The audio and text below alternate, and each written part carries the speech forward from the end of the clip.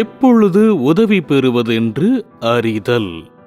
மோசே தன் மாமன் சொல் கேட்டு அவன் சொன்னபடியெல்லாம் செய்தான். யாத்திராகமம் 18:24. பாத்தீங்கன்னா, ஒரு நாள் முடிவுல உடல் ரீதியா சோர்ந்து போய், மன ரீதியா சோர்ந்து போய், என் வாழ்க்கையில என்ன நடக்குதுன்னு யோசிச்சுக்கிட்டு இருந்த ஒரு சூழ்நிலை எனக்கு இருந்துச்சு. அப்புறம் நான் என்னோட மென்டார் கிட்ட போனேன். அவங்க என்னை பார்த்து சிரிச்சு, நீ ஒரு நாள்ல பண்ற விஷயங்களை கொஞ்சம் எழுத பார்க்கலான்னு சொன்னாங்க. நான் அதை எழுத தொடங்கினப்ப அந்த லிஸ்ட்ல கிட்டத்தட்ட 50க்கும் மேல விஷயங்கள் வந்துடுச்சு. அந்த லிஸ்ட் இன்னும் நீண்டுகிட்டு போகும்போது என்னோட பிரச்சனை என்னங்கிறது எனக்கு தெளிவா தெரிஞ்சிச்சு. பாத்தீங்கன்னா, அதிகப்படியான வேலைகள் எனக்கு இருக்கிறதுனால தான் நான் சோர்ந்து போயிருந்தேன். ஒருவருக்கு செய்வதற்கும் அதிகமான வேலைகள் இருக்கிற போது என்ன செய்வீர்கள்? மோசே கிட்ட இருந்து பாடம் கத்துக்கோங்க. பைபிளின் 10 கட்டளைகளை தந்தவர். மோசையோட வாழ்க்கையை பத்தி நமக்கு தெரியும். எகிப்தில இருந்து எல்லா ஜனங்களையும் வெளியே கொண்டு வந்து சிவந்த சமுத்திரம் வழியா, வனாந்திரம் வழியா அவங்கள அவர் வழி நடத்தினாரு. பாத்தீங்கன்னா, கிட்டத்தட்ட அங்க 20 லட்சம் பேருக்கு மேல இருந்தாங்க. அதனால கண்டிப்பா அவங்களுக்கு நிறைய பிரச்சனைகள் இருந்திருக்கும்னு நான் நம்புறேன். அதாவது குடும்ப பிரச்சனை, குழந்தைங்களோட சண்டை, பொருள்கள் தொலைஞ்சு போறது, இந்த மாதிரி பிரச்சனைங்க. இது எல்லா பிரச்சனைகளும் நடந்துகிட்டு இருக்கு. மக்களோட பிரச்சனைகளை கேட்க நாள் முழுக்க மோசே உக்காந்துகிட்டு இருக்காரு.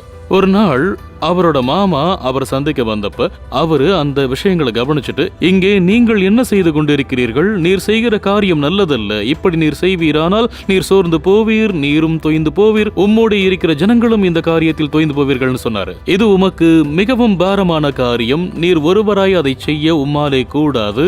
அவைகள் உங்களுக்கு அறிமுகமான வார்த்தைகளா? ஒருவேளை நிறைய நேரம் இந்த வார்த்தைகள், நீங்க செஞ்சுக்கிட்டு இருக்கிற இந்த வேலை, நீங்க கையால முயற்சி செய்யற விஷயங்கள் ரொம்ப அதிகமா இருக்குன்னு உங்க மனசுல எதிரொலிச்சுக்கிட்டு இருக்கலாம். ஆனா மோசேயோட மாமனார் ஒரு ஞானமுள்ள மனிதனா இருந்தாரு. அதனாலதான் அவர் புத்திசலித்தனமான சில அறிவுரைகளை தந்தாரு. ஜனங்கள் எல்லாருக்குள்ளும் தேவனுக்கு பயந்தவர்களும் உண்மையுள்ளவர்களும் பொருளாசையை வெறுக்கிறவர்களுமான திறமையுள்ள மனிதரை தெரிந்து கொள்ளும்னு சொன்னாரு. அப்ப இவங்க எல்லாம் என்ன பண்ணுவாங்கன்னா, சாதாரணமான பிரச்சனைகளை இவங்க பார்த்துட்டு பெரிய பிரச்சனைகளுக்கு தீர்வு சொல்ல மோசே கிட்ட கொண்டு போவாங்க.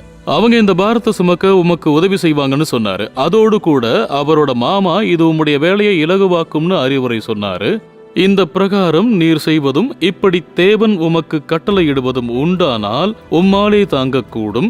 இந்த ஜனங்கள் எல்லாரும் தாங்கள் போகும் இடத்துக்கு சுகமாய் போய் சேரலாம்னு அவர் சொன்னாரு. நம்ம கூட இணைஞ்சு வேலை செய்யறவங்களும் கூட நம்ம கூட இணைஞ்சு வேலை செய்யறப்ப சமாதானத்தோட போறது ரொம்பவே முக்கியமானதாகும். எந்த நேரமும் டென்ஷன் ஆகுற மாதிரியான நபர் கூட இணைஞ்சு வேலை செய்ய யாருமே விரும்ப மாட்டாங்க. ஆனா இணைஞ்சு வேலை செய்யறப்ப மனசுல கொஞ்சம் நிம்மதி இருக்கிறவங்க கூட தான் வேலை செய்ய விரும்புவாங்க. சில நேரங்கள்ல நம்ம ரொம்ப சோர்ந்து போயிருக்கிறதுனால நம்மளால தெளிவா பார்க்க முடியாத விஷயங்களும் நமக்கு நடக்கும். பாத்தீங்கன்னா, மோசேயோட மாமா மோசேக்கு தெளிவான ஒரு அறிவுரை தர்றதுக்காக சரியான நேரத்துல வந்தாரு.